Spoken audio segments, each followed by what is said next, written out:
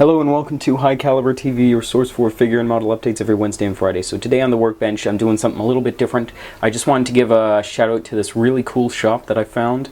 It's literally just 2 streets up from where I live and where I work out of.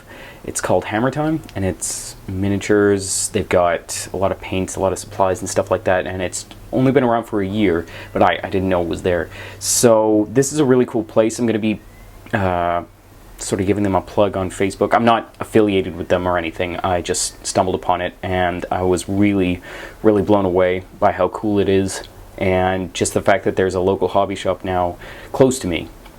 So some of the stuff that I was able to get, I wanted to show off. They had this stuff, Secret Weapon. I've never seen this stuff, but resin bases are always really cool, especially when they're this crisp. And this is like a Field of Skulls or something. I don't know. I don't really have a plan for this in the moment, but I'm sure I'll come up with one. So yeah, so that's really cool.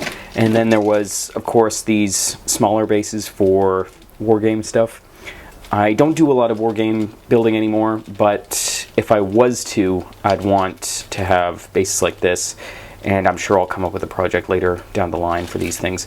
Again, Secret Weapon, really cool stuff. And then, you know, the usual stuff. I just needed some more seam filling and, you know, dark sea gray.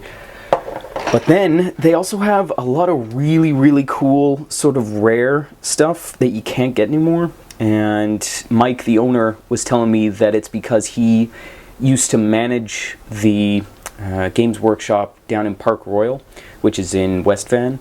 And so he's got stuff from like the 90s that it's all still sealed, and I was just like, wow, this guy's he's got something special going on here. So I limited myself to getting this, the resin 25th year anniversary figure, which is really cool. And yeah, so I just wanted to give a shout out to those guys. It's tough for local hobby shops these days to stay afloat, and I think that they deserve the support that their communities can give them. So that's why I'm doing this. I'm not getting paid, obviously. I mean, that would be cool, but I'm not. And yeah, basically, you know, there used to be a hobby shop on West 1st, and that's the street that I live on, called Fine Scale Models, and that was possibly the finest hobby shop I think I've ever seen in North America.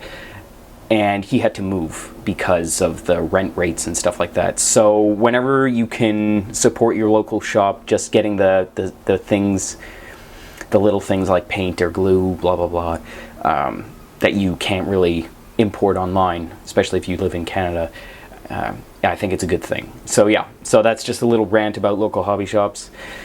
So yeah, thanks very much for watching. Check us out on Facebook, Pinterest, and Twitter for the usual stuff. I'll put the link to our online shop in the description below, and I will be talking about the Rook a little bit more next week. We just got a bunch of really cool stuff in that I'm going to be talking about on Friday. So thanks very much for watching, and I will see you next time. Bye.